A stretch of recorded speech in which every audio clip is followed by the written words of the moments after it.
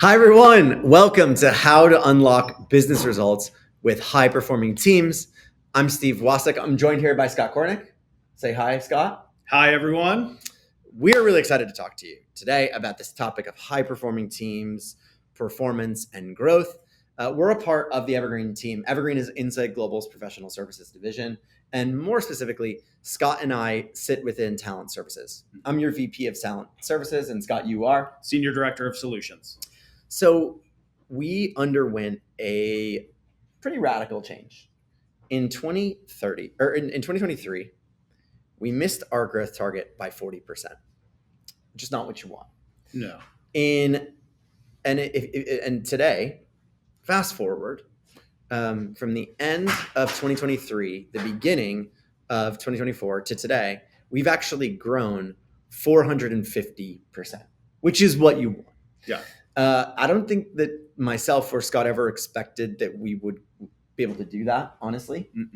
And which is why we want to talk to you today. We arrived at some very clear, some very simple, some very strong fundamentals. And I think through our execution of those fundamentals, we unlocked a high-performing leadership team that created a collection of teams that have just gotten amazing performance. Oh, by the way, this is pretty darn important because this is what we do for a living. Our practice talent services, we build high-performing teams for our customers.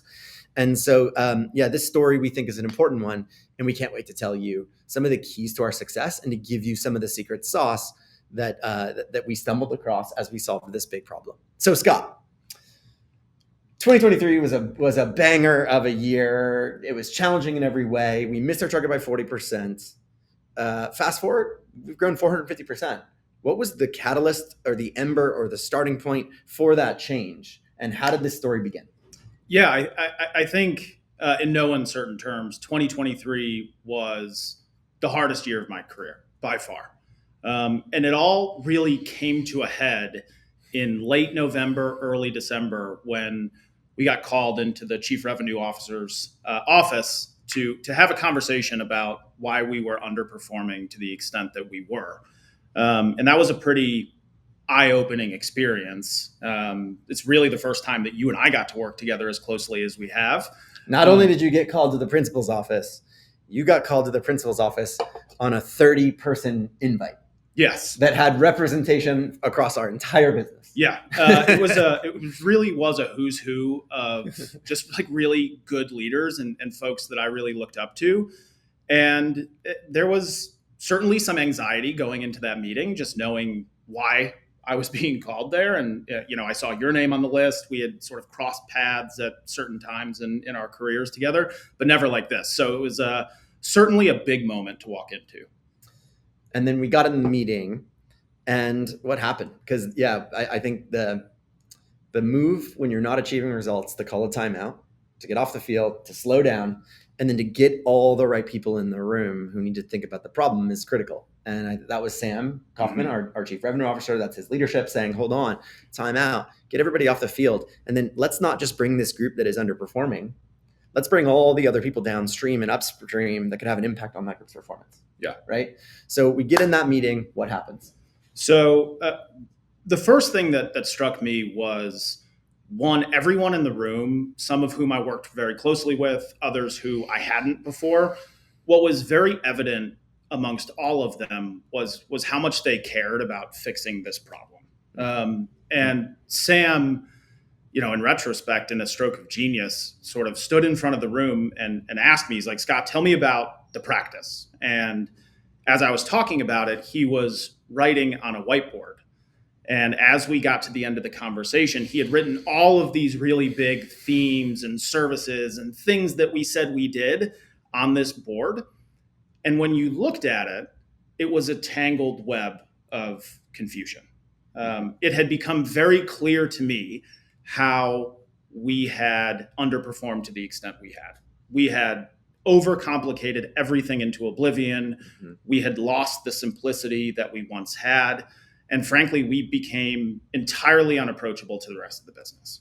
So it's likely, and actually, Evan, can you put up that photo? Because it's kind of an epic photo of a tangled mess of stuff. So on that whiteboard is kind of like, What's on that whiteboard, Scott? It's all of our services. It's Yeah. our offerings. It's the stuff that we said we wanted to do. And some of it's like, we still do that one. We don't do that anymore, but it's still all out there. Yeah. I mean, to Right. put it simply, this is who we were in 2023. This is our brand, how we went to market, how we positioned ourselves within the organization. And again, I mean, just seeing this photo, it makes me smile every time. I actually keep this photo in my office as a reminder to not do this again. So what I think had happened here is over time, we had built up different offerings, different services, different things kind of came into the fold. And then eventually we sort of arrived at this juncture of stuff. Yeah. And at that point, our internal people on our team were confused about what we did and what we were good at and what we weren't good at and how we did all of these things on that whiteboard. Yep. Our supporting stakeholder groups in our company were confused. And then for sure, our customer and the market was confused. Absolutely. I mean, if you have confusion amongst your core team on what you do, you certainly have broader confusion across the people that you're trying to articulate these services to. So it's a really big problem for us. So you can pull that down from that messy whiteboard to what happened next. What was that first step we took after the acknowledgement of, man, we're confusing. We're not clear. There's no way we're going to be able to enable performance. Yeah. The first thing was we had to simplify. And the first step for us in getting simple was getting really clear on what our vision was going to be for the organization that we wanted to become. What I think is most important about building that vision is we really had to get perspective from folks who were not directly part of our team. I think you've said this before, but you can't solve a problem using the same thinking and using the same people as what got you there. So we really did need external sort of perspective in order to get clear on what that vision would look like. Yeah, that's a smart Albert Einstein quote. Can't solve problems using the same thinking that created them. And again, kind of a masterstroke of Sam, but when you're in a struggling team and when you're not where you need to be, it can be really common that you just stay in that same thinking, you stay in that same ivory tower, and then you figure out how you're going to mess it up the next time. Right. Like it takes some vulnerability. It was uncomfortable for you to go to that meeting, but kind of have your hat in hand sometimes. That when you are struggling, getting additional perspective is critical. So from there, Scott, once we got that additional perspective, what did we come out on the other side with? Yeah, so we came out with a very simple and clear vision of who we wanted to be. And the next step in what we needed to do was get very clear on the results that we needed to achieve as a practice. Really quick before we go to the results piece. Sure. I would challenge you, if you're struggling to performance, to get uncomfortably simple with your vision. We indexed almost so far to that other side. I remember being kind of nervous. Mm-hmm. Like we were going to go from that whiteboard that kind of did feel safe because you're like, look at all the things we do. We're a professional services company. We have this, we have that. Feel safe in that. To walking out on stage with 4 letters. Yeah. MORNE. We do Right. management, we do reporting, we do onboarding, and we do engagement, and we do it world class. It was uncomfortably simple. Yeah. It was striking. It was like, well, we've gone from these really big things that we think we're supposed to say as a professional services organization to an acronym. So, but tying that back to performance, get very clear about what you're going to go do and do well, and dare to be shockingly simple so that you can be world class. Yeah. Okay. So once we had a vision, how do you make sure a vision sticks? You need results, and those results need to be incredibly clear. You need to have accountability measures so that you know when you are or are not hitting those results. You need goals behind that. You're probably not going to achieve the results all in one big bang. It's going to be a steady march to get to where you want to go. And you have to be bold and say what you're going to do. Say it across the organization. Get held accountable by your peers as you're on that march. So that's what we did. We worked with the cross-functional partner group to create and clarify this vision, because we took, this is what we need to do in the market. This is where we need to go. Then we worked with our team, our leadership team, to crystallize, here's the results that we are going to achieve that will hold us accountable to that vision. Correct. We socialized them with a few layers of folks. And, some of it was met with like, oh, you're crazy. You're not going to do that. That's too much. That's too little. Mm-hmm. the key is actually not even being perfect. And I think sometimes folks over index on the forecasting to make sure we get the result perfect. If you're a publicly traded company, that's probably a good idea. But if you're a team, just like get the benchmark out there and get clear about it and be as accountable as you can to it. And it should stretch a little bit. It should stretch. I think two mistakes people make: they over index on being perfect and over forecast, or they do this thing where they don't set goals that are exciting enough or scary enough or that stretch us enough. And shoot for the moon, shoot for the stars, land on the moon type of thinking. We said we're going to stretch. And actually what's so interesting is we set a stretch goal and then we dominated our stretch goal. I think what you said there is really important. I think there is an evolution that exists to these results. As you get more and more clear on what you're doing as an organization, those may pivot up. And the second thing I love is the results should be exciting and they should be hard. For us, like we had a budget number coming into 2025. We didn't love that budget number. We found a nice whole number that we liked a lot more. And that sort of invigorated the team to say, okay, we're going to go charge at this really hard thing. And we did it. So I think that something that folks miss when they think about the topic of culture, they think about the topic of results, is that having very clear results, and it doesn't matter if you have leading measures or lagging measures, you have OKRs, you have SLAs, you have KPI, whatever it is, get very clear about some simple results that are connected to your vision, and then be very accountable to these things, and know that by getting very clear about your results, what you're actually doing is you're paving a foundation you can build an amazing culture on top of. When we go into client environments to do consulting or advisory, and certainly in talent services, we find this time and time again, the more clear are the results, the more likely it is to see a flourishing culture and more constructive behavior. The less clear are results, the more likely it is that we see confusion, finger pointing, blame, and more toxic workplaces. It takes a bit of boldness, a bit of courage, a bit of putting yourself out there to say, these are the results we are going to achieve as a team, and we're going to make it happen. We might fail, but this is the line in the sand. Yeah, just one other point on that. I think for us, one thing that we learned and that I think was very helpful in our journey was we built a scoreboard for those results, and they were visible to everyone in the organization so that we could consistently track how we were doing against those things. And having a scoreboard and being able to see the numbers in real time was really impactful for me. And we showed up for that meeting every month. Yep. Showed the team the scoreboard. Yep. And I think in hindsight, it was probably just our personality, but we didn't point when results were not where they needed to be. We didn't point fingers down or place blame down, but we owned it as a leadership team. We said that result isn't where it needs to be. We're going to get the right people in the room. We're going to problem solve. We're going to come back and we're going to have a plan. Yep. And I think that if there's anything I'm really proud of as it relates to the 450% growth, some of that growth is low hanging fruit. What I'm proud of is the stuff that was harder. In our town hall, we would show these results, and there's a few things.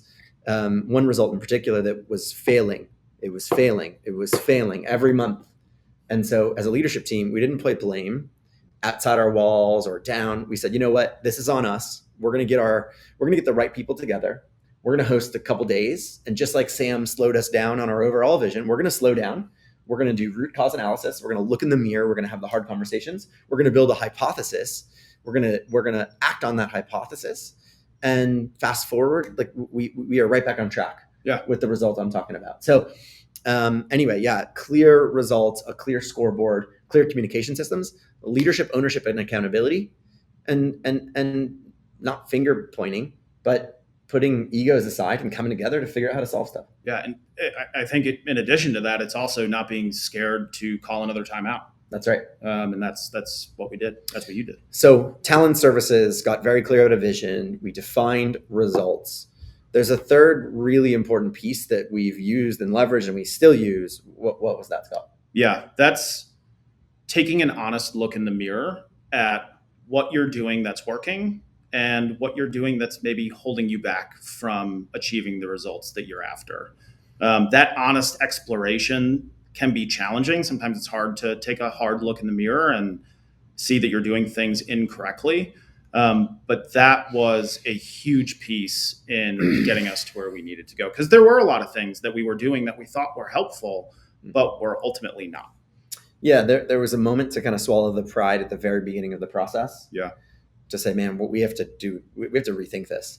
I think there's a second moment. Once results are clear, then you have to swallow that pride again and get humble, get vulnerable to go, man, what's working and what's not? Because over time, what happens is you sort of you build up beliefs, you build up ways of doing, you cement things. If that's important, that solved a problem once upon a time. Oh, that's important. That solved a problem once upon a time. And sometimes you can kind of attach those ways of doing to your identity because you created them. You get pride of authorship, right? What you got to do in this honest exploration of where you stand is you got to just be willing to look at the good, the bad, and the ugly. You got to be willing to rethink things. And then what has to happen is from that honest exploration, you have to develop very clear priorities. Yes. So what Talent Services did was, I don't even remember how many there were, maybe 5 or 6 priorities. Sounds right. There were 5 or 6 priorities of things that weren't just to-do list things. These were the things that if we solved this priority, it would enable this result. And we built very clear priorities. And then one of the things that I think, again, in hindsight, looking back, made a huge difference is we didn't exactly have leaders accountable and responsible for every one of those priorities. Certainly there was leadership representation. We gave a lot of this work to the people who do the work every day. We put it in the hands of our individual contributors, of people who excelled in certain areas. And we worked as a team with lots of different folks coming together to accomplish the priorities. Many hands make light work. The people closest to the action probably have a good idea of what needs to be done. You get out of the ivory tower, and then you maximize for adoption. Yeah, I think that's exactly right. And had me, you, the rest of our leadership team been far closer to that work, I don't know that we would have gotten to the same point. I think eliciting the perspective of folks, like you said, who are in the weeds doing this work every single day was the right move. And I think that was a big part of why we transformed as quickly as we did. There's 2 other things just in retrospect as I think about that era where we were. What's our vision? What are the results we need to achieve? What are our priorities? There's 2 other things that I think really are helpful that are actually run contrary to what the business world tells you should normally do. And the first thing was our leadership team was uncertain. When you have lots of certainty coming into the room, it's like having to run through concrete and it holds you back. Our leadership team was able to be very uncertain. And we were able to say, I think this could work. I'd like to test it. Oh, that's an interesting idea. I think differently about that idea. Why don't we run an experiment? Like, let's be uncertain together. Mm-hmm. And it made everything feel a lot less, a lot more fluid. And we were sprinting. We were not stuck very often because I think we didn't arrive at a lot of certainty that slowed us down. Second thing is I think we leaned into strengths. Okay, we're talking about how to unlock performance. It is so much easier to go deeper into a strength than it is to solve for a major weakness. And what we actually did is from that tangled spaghetti web of all these offerings, we reduced it to the essential elements. And we said, from that, what are we the best at that the market needs? And so we said, we're really good at this, this, this, and this. And we said, oh man, the market needs these things. Let's take those 4 things and go really deep into them. Mm-hmm. And we call that decoding excellence. Figure out what you're good at, cement it down, and find a way to scale. Yeah. And the outcome for us is we went from 10, 15 disparate service offerings to like 4. And that's powerful. So Scott, we developed a very clear vision. We developed clarity of results. We put some goals out there connected to a scoreboard and accountability. Mm-hmm. We then looked in the mirror and got real open and honest about things that would get in the way. And then we built some priorities and kind of built a way that lots of people could contribute to those. And we shared progress.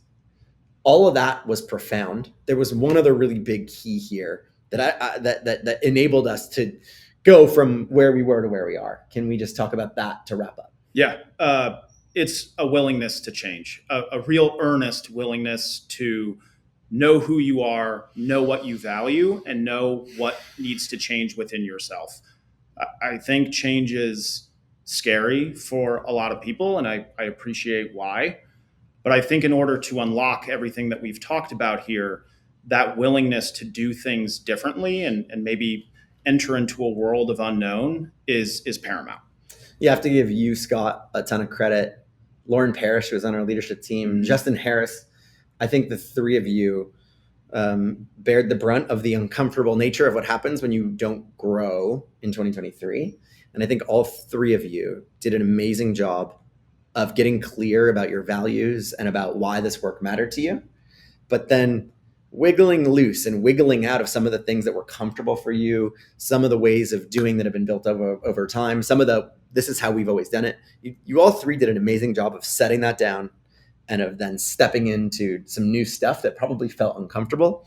But without the three of you being willing or comfortable or being willing and able to do that, none of the vision, none of the priorities, none of the results get achieved without leaders going first to wiggle loose out of what has been and then to sprint forward to what will be.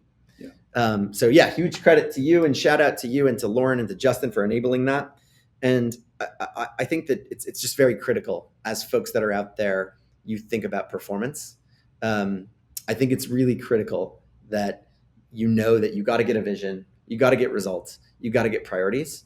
But if you don't change and if you're not willing to change, doesn't matter. It really doesn't matter. You're going to end up right back where you were. Mm-hmm.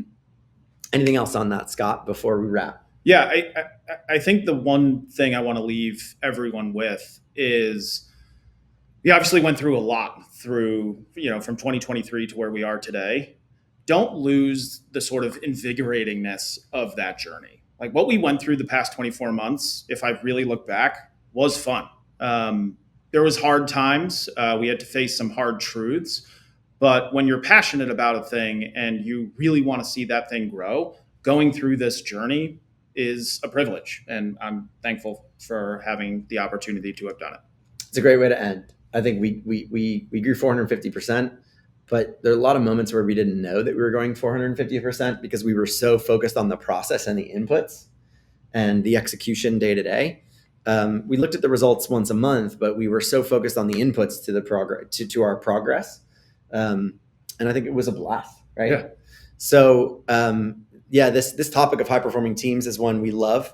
We've gone through a huge journey ourselves. We now have done the same work for customers, whether it's from an advisory perspective or our build of elite teams that help you grow. So thanks for spending time with us.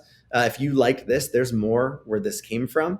And signing off, Steve Wasik with Scott Cornick. Have a great day. Go lead and go build some teams, everybody. Thank you. Thank you all.